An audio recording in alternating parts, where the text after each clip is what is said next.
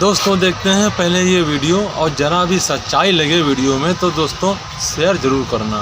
कि जीवन की समाप्ति जब उसका स्वर्गवास हो जाता है, उसके जीवन का अंत हो जाता है, यहां भी सरकारें उसका साथ नहीं छोड़ती। यहां पर भी सरकारें उस पर टैक्स लगाती हैं। जब कोई इंसान मरता है तो उसके अंतिम संस्कार में देसी घी, चंदन वुड, नारियल, इत्र जैसा सामान इस्तेमाल होता है, उस पर भी जीएसटी लगता है। और जब उसके मरने के उपरांत अखबार में ऑबिचरी की इश्तेहार छपाया जाता है, उस पब्लिकेशन ऑफ ऑबिचरी न्यूज़पेपर पर भी 5% सरकार जीएसटी लेती है। और मरने के बाद जब प्रॉपर्टी उसके बच्चों को या परिवार वालों को दी जाती है, उस म्यूटेशन पर भी सरकार आपसे ड्यूटी सेस लेती है।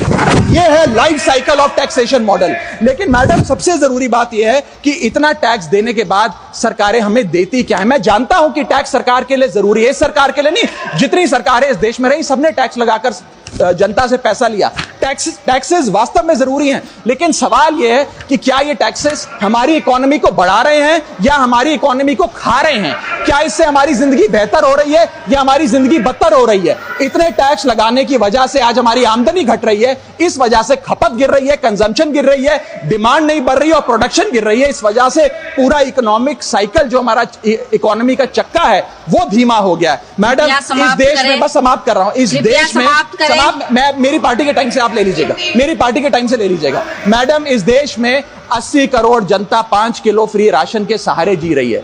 आपको जान के अचंभा होगा, इस 80 करोड़ जनता से भी ये सारा जीएसटी लिया जाता है, दिन प्रतिदिन लिया जाता है, जो आज मैंने पढ़ के सुनाया। सिर्फ अमीर नहीं, गरीब से गरीब आदमी भी जीएसटी देता है। और अंत में मैं बस इतना ही कहना चाहूंगा कि क्योंकि इतना टैक्स लगा कर सरकारें जनता का खून चूसती हैं, उस वजह से आज एफएमसीजी की सेल्स घट रही हैं, एफएमसीजी के स्टॉक गिर रहे हैं, कंजम्पशन डाउन हो रही है, नई गाड़ियों की सेल श्रिंक कर रही है। तमाम तरीके की जितनी भी न्यू परचेजेस होती हैं उसमें मंदी देखी जा रही है। सरकार को जीएसटी कम करना चाहिए।